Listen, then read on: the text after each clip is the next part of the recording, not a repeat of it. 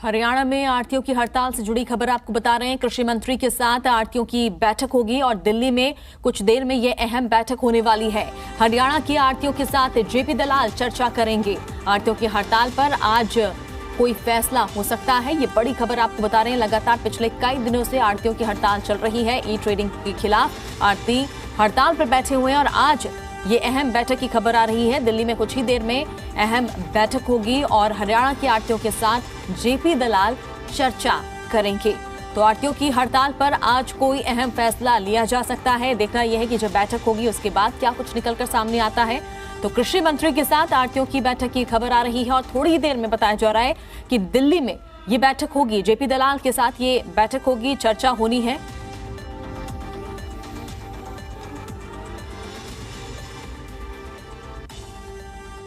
और हमारे साथ फोन लाइन पर जी दिल्ली एनसीआर हरियाणा के डिप्टी एडिटर जुड़ चुके हैं विनोद लांबा। विनोद, आपसे जानना चाहेंगे, आज बैठक होनी है, जेपी दलाल के साथ चर्चा होगी, क्या लगता है फैसला कुछ निकाला जाएगा? देखिए, लगातार जो कृषि मंत्री हैं हरियाणा के जेपी दलाल तमाम जो आढ़ती हैं, आढ़तियों के एसोसिएशन है, उनसे बातचीत कर रहे हैं। सरकारी खरीद को लेकर जिस तरह से विरोध किया जा रहा है, जो सिस्टम लाया जा रहा है, उस सिस्टम में एक तरह से पूरे देश भर की मंडियां अटैच करनी है और ये केंद्र सरकार के स्तर पर फैसला है, लेकिन उसका लगातार विरोध किया जा रहा है आढ़तियों द्वारा।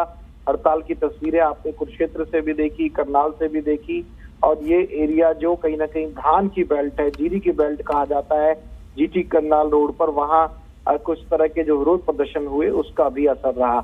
अब जो पूरी बैकग्राउंड के बाद इस समय की दर्शकों के लिहाज से, हरियाणा के लिहाज से अहम खबर है वो ये है कि कुछ आढ़तियों के रिप्रेजेंटेटिव दिल्ली स्थित हरियाणा भवन पहुंचना शुरू हो चुके हैं और जेपी दलाल के साथ एक जो बैठक है अनौपचारिक रूप से शुरू भी हुई, लेकिन औपचारिक रूप से 5:30 बजे के करीब इस बैठक में क्या कुछ फैसला होता है, क्या आढ़तियों के साथ बातचीत हो जाएगी और सरकारी खरीद के जिस सिस्टम का विरोध किया जा रहा है क्या उस पर आढ़ती मान जाएंगे, आढ़ती एसोसिएशन हरियाणा की मान जाएंगी।